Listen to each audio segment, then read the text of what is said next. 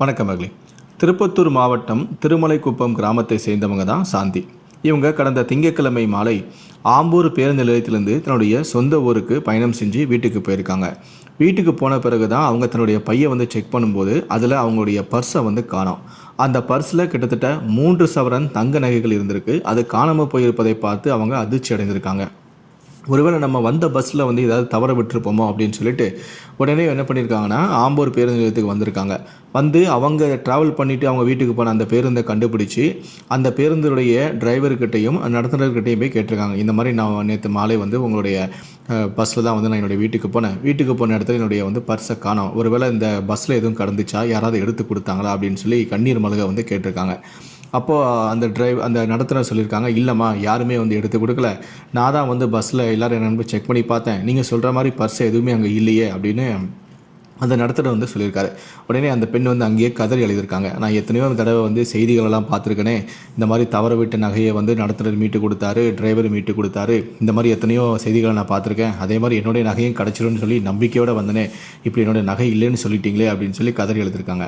உடனே நடத்துனர் சொல்லியிருக்காங்க, அம்மா இருந்தால் நாங்கள் எடுத்து கொடுத்துருப்போம், உங்களுடைய நகை எனக்கு எதுவுமா, நீங்கள் கண்டிப்பாக கஷ்டப்பட்டு சம்பாதிச்ச பணமாக இருந்தால் அது உங்களை கண்டிப்பாக தேடி வரும், நீங்கள் மனசை விட்டுறாதீங்க, உங்களை தேடி வரும், அழாதீங்கம்மா அப்படின்னு சொல்லி அவர் ஆறுதல் சொல்லியிருக்காரு.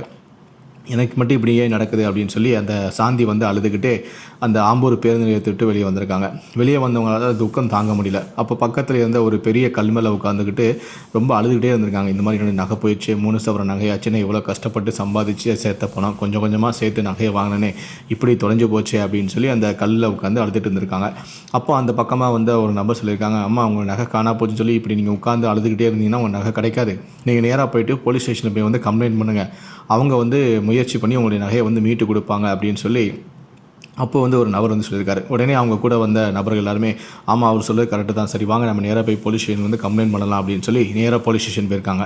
அங்கே போயிட்டு ஆம்பூர் துணை காவல் கண்காணிப்பாளரை பார்த்து, இந்த மாதிரி நாங்கள் ஆம்பூர் பேருந்து நிலையத்திலேருந்து என்னுடைய சொந்த ஊருக்கு போகும்போது என்னுடைய பர்ஸை காணோம் அப்படின்னு சொல்லி அவங்க கம்ப்ளைண்ட்டும் கொடுத்துருக்காங்க. உடனே போலீஸாரும் துரிதமாக விசாரணையும் ஆரம்பிச்சிருக்காங்க. பேருந்து நிலையத்திலிருந்து அந்த சிசிடிவி கேமரா காட்சிகள் எல்லாம் காவல்துறையினர் ஆய்வு செய்ய ஆரம்பிச்சிருக்காங்க. அப்போ தான் போலீஸார் ஒரு விஷயத்தை கவனிச்சிருக்காங்க. அதாவது சாந்தி அந்த ஆம்பூர் பேருந்து நிலையத்தில் இருந்து அவங்க ஊருக்கு போகக்கூடிய பேருந்தில் ஏற முற்படும் போது அவங்க வைத்திருந்த அந்த பையில் இருந்த பர்ஸு தானாகவே தவறுதலாகவே கீழே விழுந்திருக்கு. ஆனால் இதை சாந்தி கவனிக்காமையே அவங்க பேருந்துக்குள்ளே ஏறி போயிருக்காங்க. அந்த சமயத்தில் அந்த பேருந்தில் காத்திருந்த இன்னொரு பெண் சாந்தி கிட்ட உங்கள் பர்ஸ் விழுந்துருச்சு அப்படின்னு சொல்லாமல் அந்த பர்ஸை அந்த பெண்மணி எடுத்துட்டாங்க. கீழே விழுந்த அந்த பர்ஸை அங்கிருந்த ஒரு பெண்மணி எடுத்துகிட்டு உடனே அந்த இடத்த விட்டு அவங்க காலி பண்ணி போயிடுறாங்க. இது அனைத்துமே அந்த சிசிடிவி காட்சியில் பதிவாகி இருந்துச்சு. உடனே இந்த பெண் யார் அப்படின்னு சொல்லி போலீஸார் துரிதமான விசாரணையை மேற்கொண்டு உடனடியாக அந்த பர்ஸை எடுத்து சென்ற அந்த பெண்ணுடைய அடையாளத்தையும் கண்டுபிடிச்சிட்டாங்க.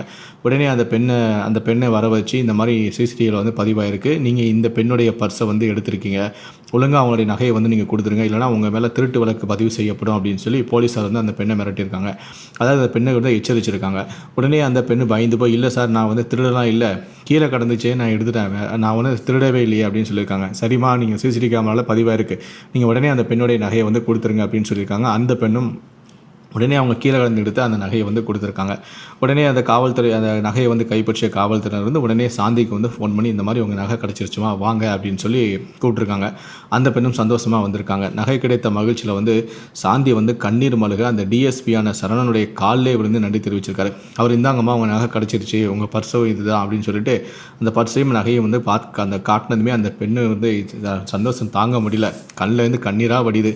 நம்ம என்ன புண்ணியம் பண்ணமோ தெரியல, காணாப்பட நம்ம நகை கிடச்சிருச்சு அப்படின்னு சொல்லி கண்ணீர் மல்க அந்த டிஎஸ்பியான சரவணனுடைய காலில் விழுந்து நன்றி தெரிவிச்சிருக்காங்க. இவங்க நடத்துனர்கிட்ட போய் என்னுடைய நகை காணா போயிடுச்சு, அது கண்டுபிடிச்சி காணா போச்சு, அது கடந்துச்சா அப்படின்னு சொல்லி கேட்கும்போது நடத்துனர் என்ன சொன்னார்னா, நீங்கள் கஷ்டப்பட்டு சம்பாதிச்ச பணமாக இருந்தால் உங்களை தேடி வரும் அப்படின்னு சொன்னார். அதே மாதிரி டிஎஸ்பி என்ன சொன்னார்னா, நீங்கள் கஷ்டப்பட்டு சம்பாதிச்ச பணம் போல் அதுதான் உங்களுக்கு திரும்ப கிடச்சிருக்கு அப்படின்னு சொன்னாங்க. அங்கே இந்த மாதிரி டிரைவர் சொல்லியிருப்பார் அப்படிங்கிறது இந்த டிஎஸ்பிக்கு தெரியாது.